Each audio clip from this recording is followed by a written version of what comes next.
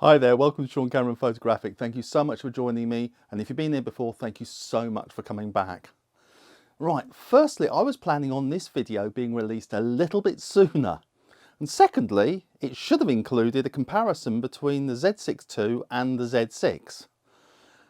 Unfortunately, things kind of got in the way. The HDMI input on my Z6 suddenly stopped working properly, especially when it was plugged into the Atomos recorder.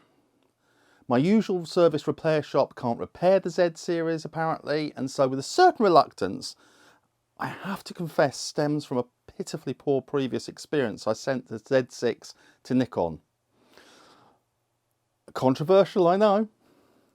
After a week of not hearing anything and with the online status remaining awaiting technician estimate of work, I rang the service support team.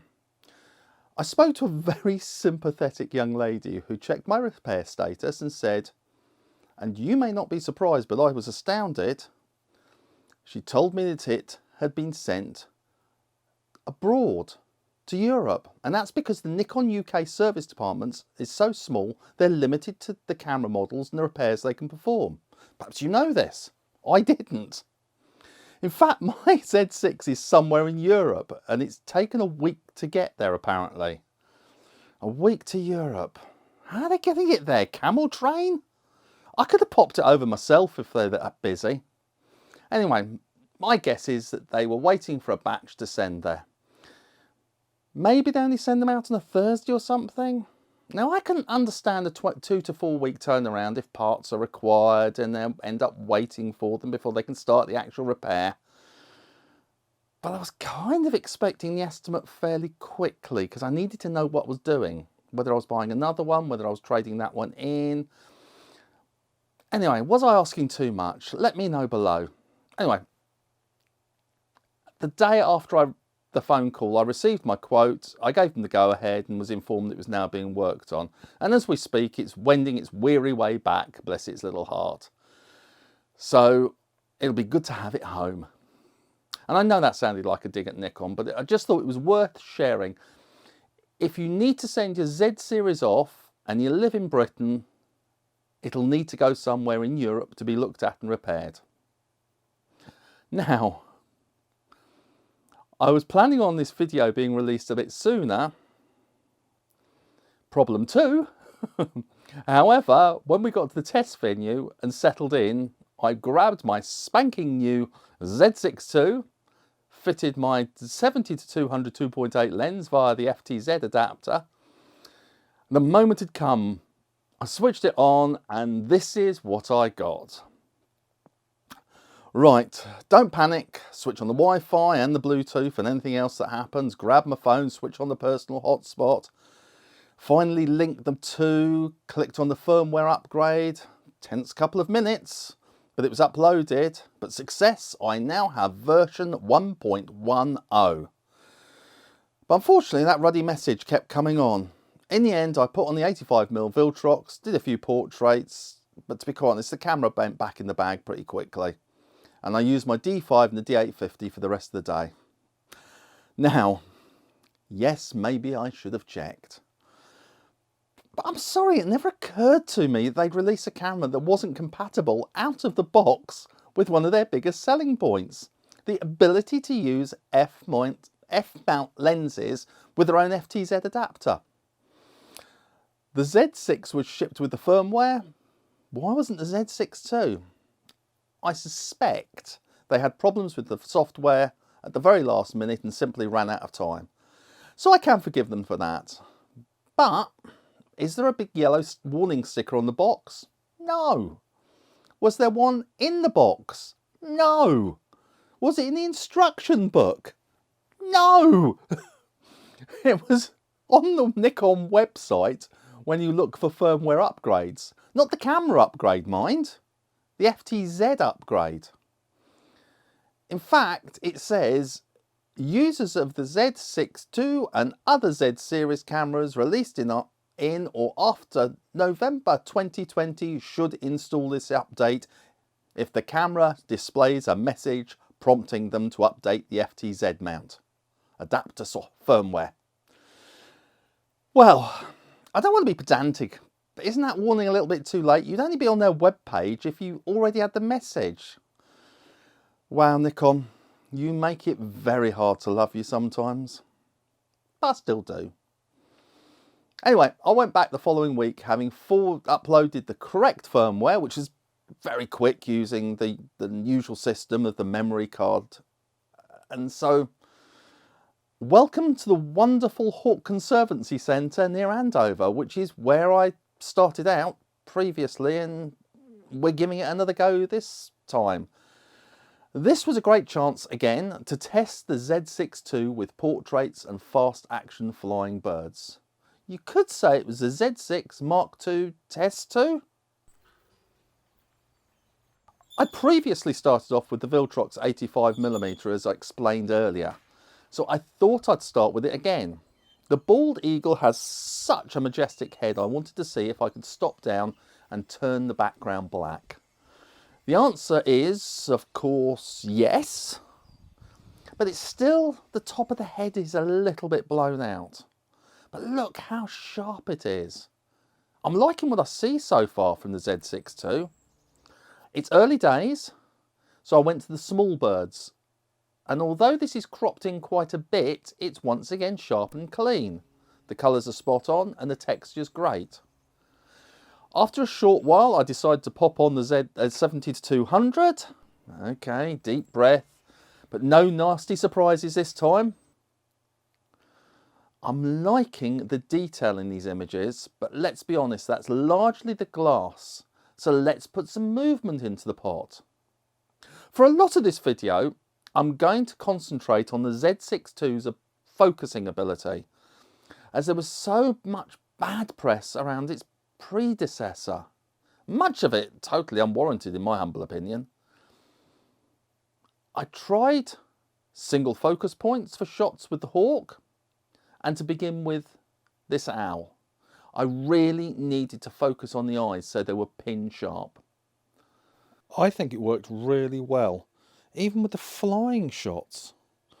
Yes, I had to wait for it to come into focus, but once it was, it really caught it well. And of course for the portrait shots, it's absolutely perfect. As I said before, you've got to get that eye into focus. For the secretary bird, I changed it to just plain auto area AF.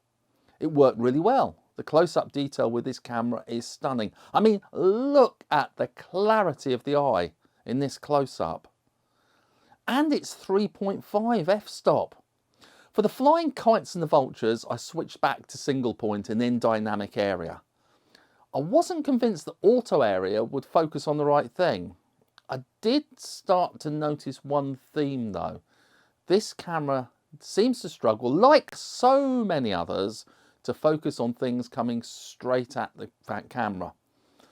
There may be a setting to help in the menu, but I couldn't find it at the time. And don't forget, this is straight out of the box.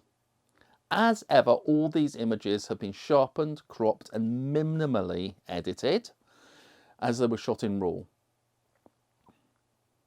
I've said before, but it's worth repeating, I'm so pleased that Nikon used the same menu layout for their mirrorless cameras as their DSLRs. It's such a simple layout that it's quick to navigate. That said, they've gone one step further with the Z cameras and added a quick access menu via the info button. That's just fantastic. It's so easy. I also love that they've left the button layout the same as the Z6, because it means that I can make changes without thinking too much or taking my eye away from the viewfinder. And just as I was playing once again with the focus area modes, I couldn't decide which one I wanted to do the best. The session was over. So we wandered off to take a quick look at the shots so far and some lunch. Okay, welcome to my office. Now back to the story. In the afternoon session, we decided that I'd try the wide area AF. And do you know, just like that, I found the camera's sweet spot. Even later on with the frantic antics of the kites, I just could not seem to miss. By the end of the day, it seemed surprisingly easy to keep the bird in the focus box and then pan with it. Let's have a look at the pictures. Now the Falcon images are really heavily cropped, as I only had the 70-200 with me, but they're still pretty sharp considering the speed it was going. I have to say that for these action shots, I'm really loving the extra 2 frames a second that this Z6ii gives me. Even compared to the not so shabby 12 frames per second of the predecessor. I know it doesn't sound much, but I could tell it was there under the hood, just waiting for me to press that button. I tried the human wide area autofocus as well as the animal, and the results were pretty identical. I obviously didn't get eye or face detection because the bird's eye, whilst not being the same as a dog's, is also completely different to a person, so it became kind of irrelevant. Both versions worked extremely well though, and I was impressed with the high percentage of in-focus shots I got. Now the black kites are absolute acrobats of the sky, but by using one of those 3 wide area AF options, the Z6ii just kept nailing it.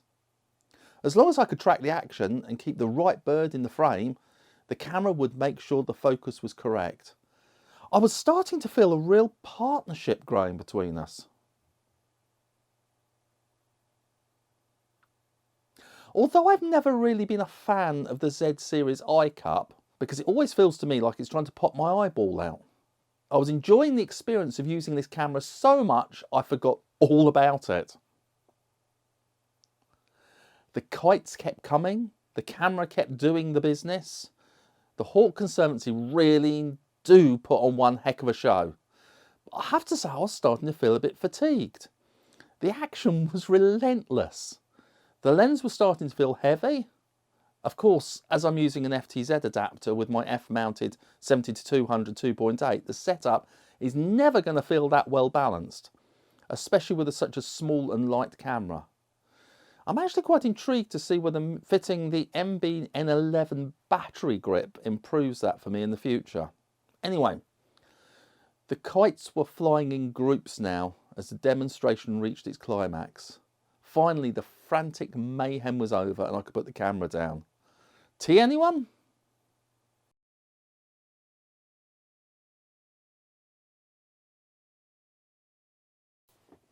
Okay, the final session took place in a little wood.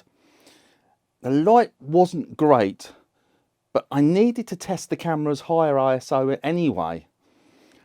And I also thought it'd be fascinating to see how it dealt with the birds going between the trees and behind the trees. Let's take a look to see how it got on. Well, I reckon it did pretty well, don't you? I didn't bother to do any of the through the lens stuff as I was sticking to the wide area at autofocus, and you've already seen that. So let's just take a look at the images as they were taken with an ISO of 3200 to 5600. I don't think there's too much of a noise problem. Yes, the face is a little soft at times, but come on guys, it was low light and at f2.8 the depth of field is pretty narrow. I'm still impressed. Look how sharp those eyes are. Don't forget this is pretty much straight out of the box. I know I keep saying it, but I haven't really set the camera up, as you can tell by the awful flickering in the video every time I take a shot. And I haven't used it apart from those few portrait shots the time before. I mean, look at this, it negotiated between the trees and now a person's head too. Now, you remember that I said on the previous outing that I resorted to using the D5 and the D850. Well, here are some pictures that I took previously just for comparison. First, we have a couple from the D5 that I took during the morning and the afternoon sessions. Let's just compare that to the D6ii. What do you reckon? Another one from the D5. The colours are always more subdued from this camera until you tweak them, even in JPEG. Now the first one from the D850, a beautiful fish eagle, captured really well. I wouldn't normally use the D850 for action shots as it's my studio camera, but it was remarkably good at it. But how does it compare with the Z6ii? Yes, the sky was a little more grey, but we can't blame the mirrorless for the weather. I think they are remarkably similar. Both shot with an ISO of 2000, by the way.